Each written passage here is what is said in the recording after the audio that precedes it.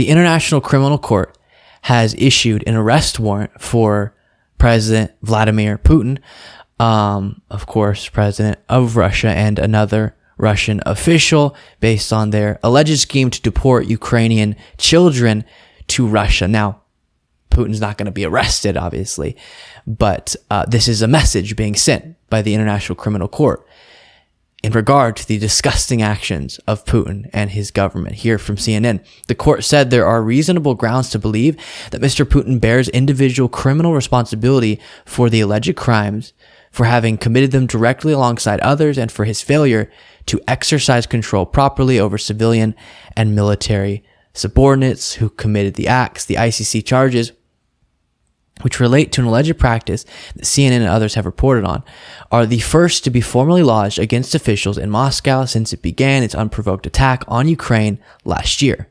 So definitely the correct move from the International Criminal Court. As I said, it's a message being sent. Continuing with kind of Putin, Russia's invasion of Ukraine related news, President of China, Xi Jinping, is going to go meet in person with Vladimir Putin next week. Take a look at this. And this morning, after a lot of speculation, we now know that President Xi of China will visit Moscow next week. Russia keen to say that this is a show of support for Vladimir Putin. The Chinese saying they're just trying to provide the conditions for peace talks. We'll just have to wait and see.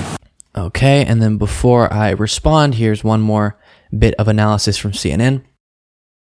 Well, look, the outcome of this meeting, a lot of analysts believe, could have a very significant effect on where this war goes, certainly for Ukraine, because if there were to be an influx of Chinese lethal weapons, as the United States suspects China is seriously considering, and it would make sense that when President Xi goes to meet with President Putin, neither the Kremlin nor the Beijing readout actually mention weaponry. That is a discussion that they could very likely have. And if China does decide to do that in defiance of warnings from the United States and the West, it could be very bad for Ukraine, even with the influx of weapons that have been flowing from NATO and the United States.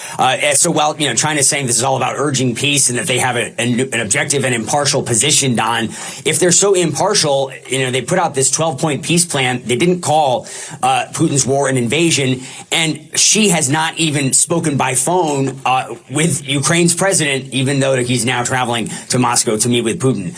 His first overseas trip, by the way, since he got this unprecedented third term. So we'll have to see what happens, what is spoken and perhaps what is not said, and a lot of questions this morning, Don.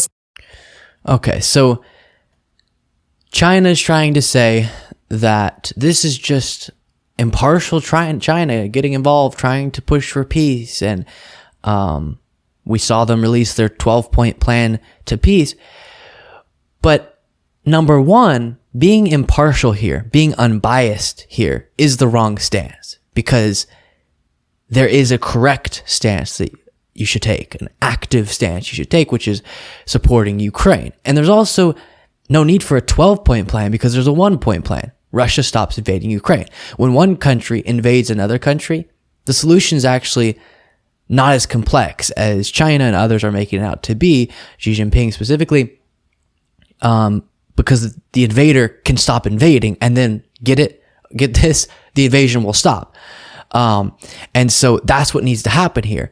And so number one, impartial being the stance of China is already the wrong stance to have. As the CNN individual noted there, Xi Jinping isn't showing in his actions an unbiased stance. In reality, not going and showing optical support to President Volodymyr Zelensky, and instead meeting in person with Vladimir Putin. The other concerning bit of this has to do with the consideration that the United States intelligence apparatus warned about on the part of China about giving lethal aid to Russia. Giving them lethal aid is what reportedly was being considered on the part of the Chinese government. And so this could be an opportunity for them to meet and discuss that, which would be disastrous, would not be good for China to put their weight behind Russia in this situation.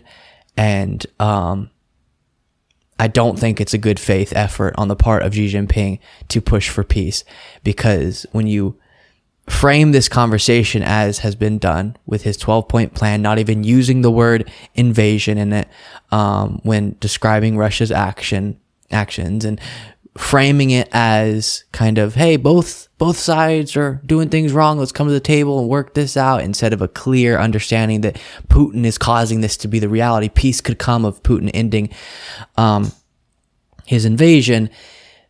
That shows there's not a good faith effort. And so this, I doubt, is a good faith effort, him meeting with Putin, but instead a very dangerous sign of unity between the two leaders. Thank you so much for watching. If you want to be a part of what makes this show possible, plus get access to the full video version of the show hours before all the clips are uploaded to YouTube, plus get the full bonus show every single Saturday, you can do so by going to patreon.com/Luke Beasley. That's patreon.com/Luke Beasley. Link in the description.